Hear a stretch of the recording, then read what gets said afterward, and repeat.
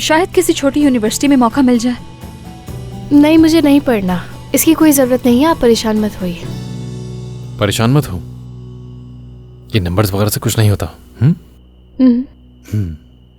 चलो ठीक है, मैं चलता हूँ, फिर मुलाकात होगी। सही है? ठीक है, खुदा हाफिज। और हाँ, एक बात, कोई भी परेशानी हो या कोई भी बात हो, बिल्कुल भी घबराने की जरूरत नहीं है, ठीक है? फौरन फोन करना मुझे, ठीक है? हाँ जरूर करूंगी। अब चलता हूँ।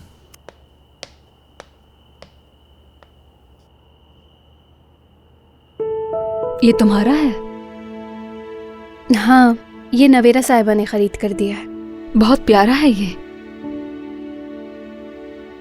अगर तुम्हें पसंद है तो ले सकती हो। नहीं, ये मैं हरगिज़ नहीं ले सकती, ये तो तुम्हारे लिए खरीदा गया है। अरे क्यों नहीं ले सकती? समझो, ये तुम्हारे लिए रिजल्ट का गिफ्ट होगा मेरी तरफ से, और ये तुम पर बहुत सूट करेगा।